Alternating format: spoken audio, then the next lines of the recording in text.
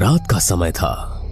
गांव रामपुरा में चारों ओर सन्नाटा पसरा हुआ था। खेतों के बीच से आती ठंडी हवा पेड़ों को हिला रही थी। गांव के लोग जल्दी सो जाया करते थे, लेकिन उस रात कुछ अजीब था। गांव की औरतें अक्सर आपस में चर्चा करती थीं कि पिछले कुछ हफ्तों से गांव में अजीब घटनाएं हो रही है। कहते हैं किसी ने गांव में टोटका किया है। चौपाल पर गांव वाले बैठे थे। लालटेन की मध्यम रोशनी में सबकी आंखों में डर साफ दिख रहा था। भाई, ये सब साधारण बीमारी नहीं है। ये किसी का किया कराया है। कोई टोटका कर रहा है हमारे गांव में। हाँ, कल रात मैंने खुद देखा था। पीपल के पेड़ के नीचे कोई औरत काले कपड़ों में कुछ बिखेर रही थी। अरे ये तो बड़ा अशुभ है। टोटके का असर पूरे गांव पर पड़ेगा। देखो भाइयों, टोटका बहुत खतरनाक होता है। इससे इंसान की आत्मा तक को बांध लिया जाता है। हमें ये पता लगाना होगा कि ये कौन कर रहा है। मैंने अभी देखा, काली सड़क के किनारे किसी ने मिट्टी में खून से बने गोले और नींबू रखे हैं। ये सुनते ही सबकी रूह कांप गई। गांव के एक कोने में गोविंद का घर था। गोविंद की पत्नी रीना कई दिनों से बीमार पड़ी थी। सुनो जी, मुझे लगता है कोई मेरे गले को पकड़ लेता है। मैं चीख नहीं पाती। अरे ये कैसा वहम पाल लिया है तुमने? मैं तो पास ही लेटा रहता हूँ। नहीं जी, ये वहम नहीं है।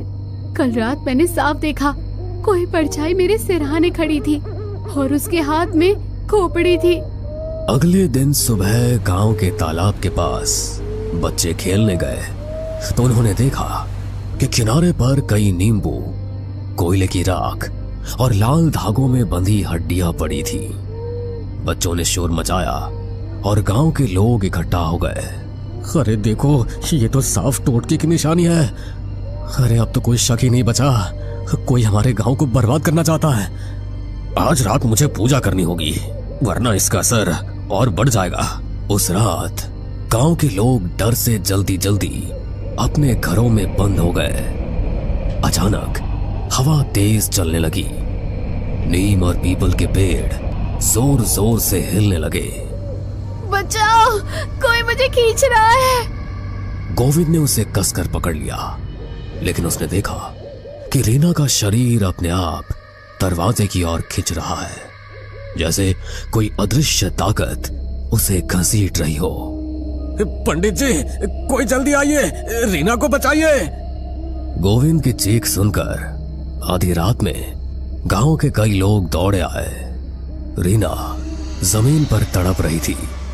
उसके हाथ पांव ऐंठ रहे थे, आंखें उलट चुकी थी। हे भगवान, ये औरत तो भूत प्रेत से ग्रसित लगती है। नहीं, ये सब उसी टोटके का असर है। पंडित तुरंत मंत्र पढ़ते हुए कमरे में आए। इसे कसकर पकड़ लो, किसी भी हालत में इसे बाहर मत जाने देना। गोविंद और दो गांव वालों ने रीना को कसकर पकड़ा। पंडित जी ने मंत्रोच्चारण शुरू किया। अचानक लालटेन की लौ जोर से कांपने लगी।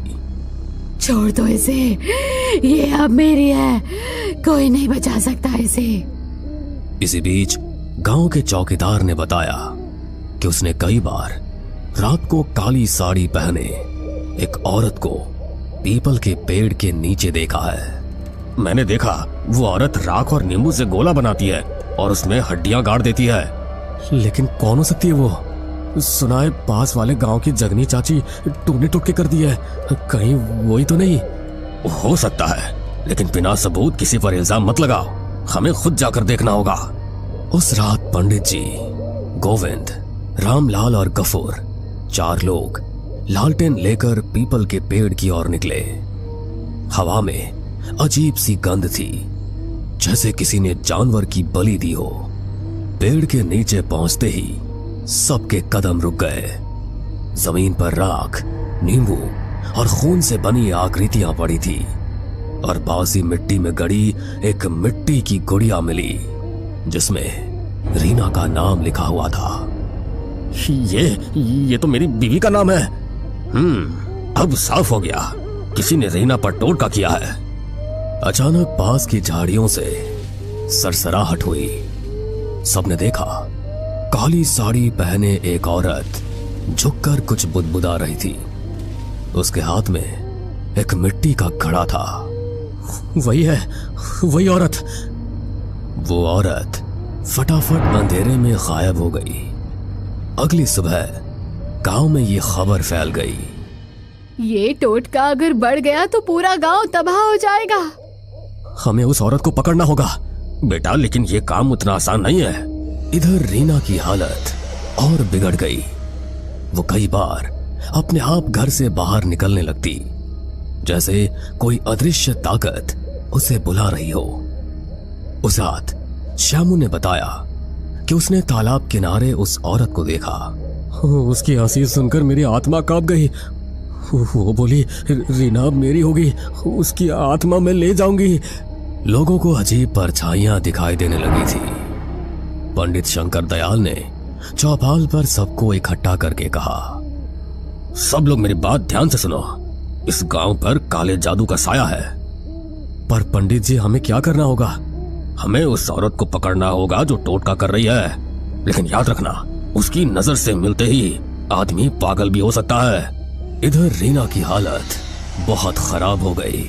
उसका शरीर दिन ब दिन कमजोर होता जा रहा था। उसके चेहरे पर अजीब किस्म के निशान उभरने लगे।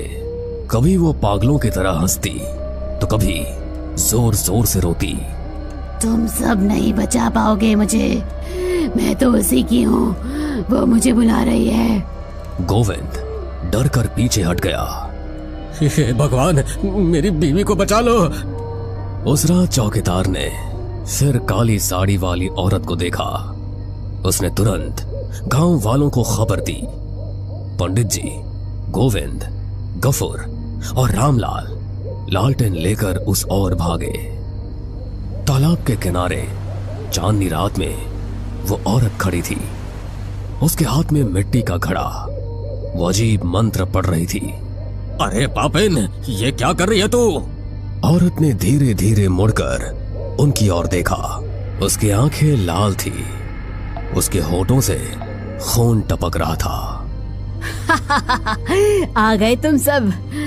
जिसे बचाना चाहते हो उसे तो मैं पहले ही बांध चुकी हूँ। अब कोई नहीं छुड़ा सकता। तू कौन है? तुम्हारी रीना, उसकी किस्मत मैंने लिख दी है। उसके जीवन की डोर अब मेरे हाथ में है। अपना नाम बता, वरना अग्नि देवता की सौगंध खाकर कहता हूँ, तुझे मैं यहीं जलाकर भस्म कर दूंगा। मेरा नाम जगनी है। हाँ, वही जगनी जिसका तुम सब ने तिरस्कार किया था। ये तो वही है। हाँ, तुम सब ने मुझे अपशकुनी कहकर निकाल दिया। मेरे बच्चों को भूख से मरने दिया। अब मैं एक एक से बदला लूंगी। और रीना, वो मेरे टोटके की पहली शिकार है। जगनी ने अचानक अपने घड़े से काला तरल जमीन पर फेंका। अचानक हवा तेज हो गई। काले धुएं से चारों तरफ अंधेरा छा गया। उसी वक्त रीना अचानक अपने घर से निकलकर भागती हुई वहां पहुंच गई। उसकी आंखें सफेद थी, चेहरा काला पड़ चुका था। माँ, मैं आ गई। रीना, ये तो क्या कह रही है? देखा, अब ये मेरी बेटी है। इसकी आत्मा मैंने अपने काले मंत्र से बांध ली है। पंडित जी, मेरी रीना को बचा लीजिए। आज ये निर्णायक रात है। या तो टोटका टूटेगा या फिर ये औरत रीना की आत्मा को लेकर चली जाएगी। रीना पागलों की तरह जगनी की ओर बढ़ रही थी। अरे दुष्टा, तेरे सारे टोटके मेरी मंत्र शक्ति के सामने टिक नहीं पाएंगे। उन्होंने हाथ में गंगा जल की शीशी उठाई और चारों ओर छिड़कने लगे। तू मुझे नहीं रोक पाएगा। जगनी ने अपना खून जमीन पर टपकाया। उसी पल काले धुएं से 3 काले साए निकलकर वहां घूमने लगे। उनकी आंखें अंगारों जैसी लाल थी। ये तो प्रेत है। पंडित जी, हमें बचाइए। मैं अब इंसान नहीं, मैं अब उसकी हूँ। रीना, रीना, होश में आओ, मैं तुम्हारा पति हूँ। रीना ने अचानक उसे जमीन पर गिरा दिया। पंडित जी, बचाइए। पंडित जी ने तुरंत अपने आसन पर बैठकर मंत्र का जाप शुरू कर दिया। जगनी चीखते हुए जमीन पर गिरने लगी। रुको, ये मंत्र मेरी आत्मा को जला देंगे। तूने निर्दोष आत्माओं को बांधा है, आज तेरी शक्ति यही खत्म होगी। उन्होंने गंगा जल रीना पर छिड़का। रीना जोर से चीखी और जमीन पर गिर पड़ी। उसके शरीर से धुएं का बादल निकला और सीधे जगनी के घड़े में समा गया।